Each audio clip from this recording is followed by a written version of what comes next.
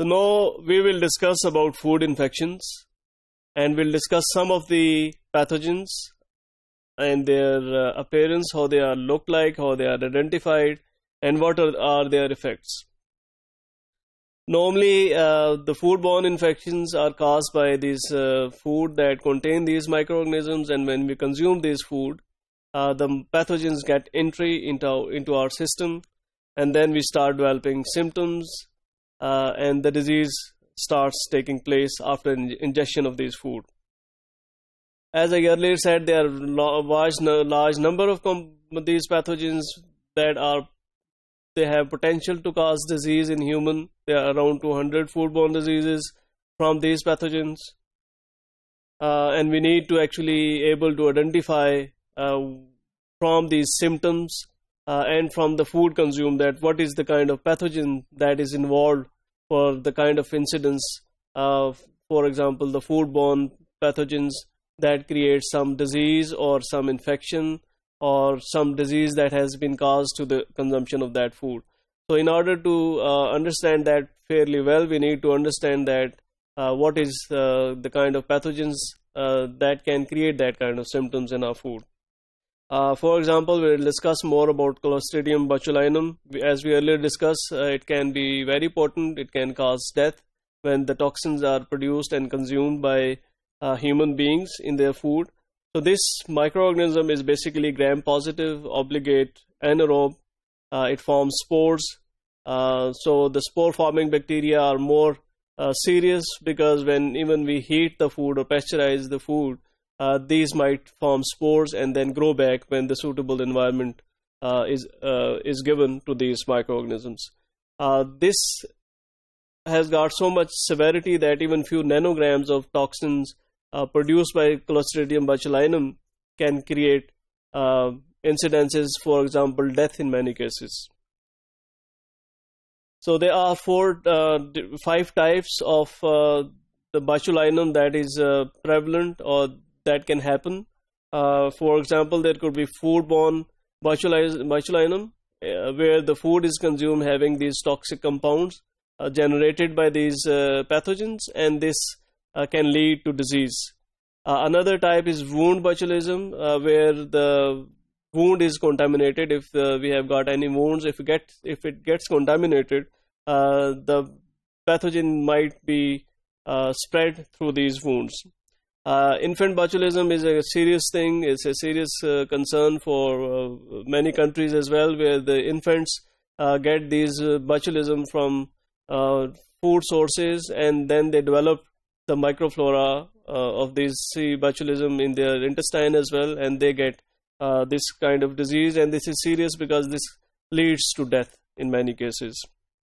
And similarly, infant botulism is it can also happen the adult infections as well, where in case of adults, their microflora, it might have this pathogen inside their intestine as a routine pathogen attached to the intestine, and it can really keep on releasing these toxic compounds into the human system, and the disease is called as adult infectious botulism. There is a 5th type as well, which is called as inadvertent botulism infection.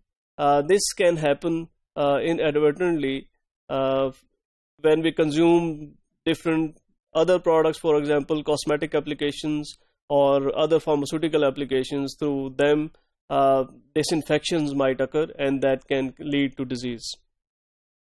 Another important pathogen, as we earlier discussed, something about Salmonella is as well. It's a gram-negative, rod-shaped motile bacterium. It does not form spore, so it means if we properly heat the food, we can get rid from these kind of pathogens. It is found mostly in fresh water and soil as well. Animal feces are also another source of this pathogen. The disease that it causes is called as salmonellosis, and it can cause death even when it is consumed in a very small amounts. Another serious pathogen is Listeria monocytogens.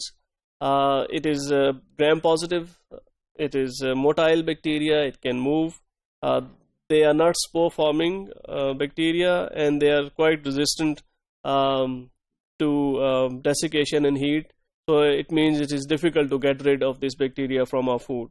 It is found mostly in soils, and birds and animals, they can carry this pathogen and they can transmit this pathogen to our food. The disease that is caused by this kind of infection is listeriosis. Listeriosis leads to many deadly conditions. For example, septicaemia, which is the infection of the blood. When the infection travels into your blood, and from that it might have serious implications. Again, meningitis is another disease, which is the inflammation of the membrane of the brain as well as the spinal cord.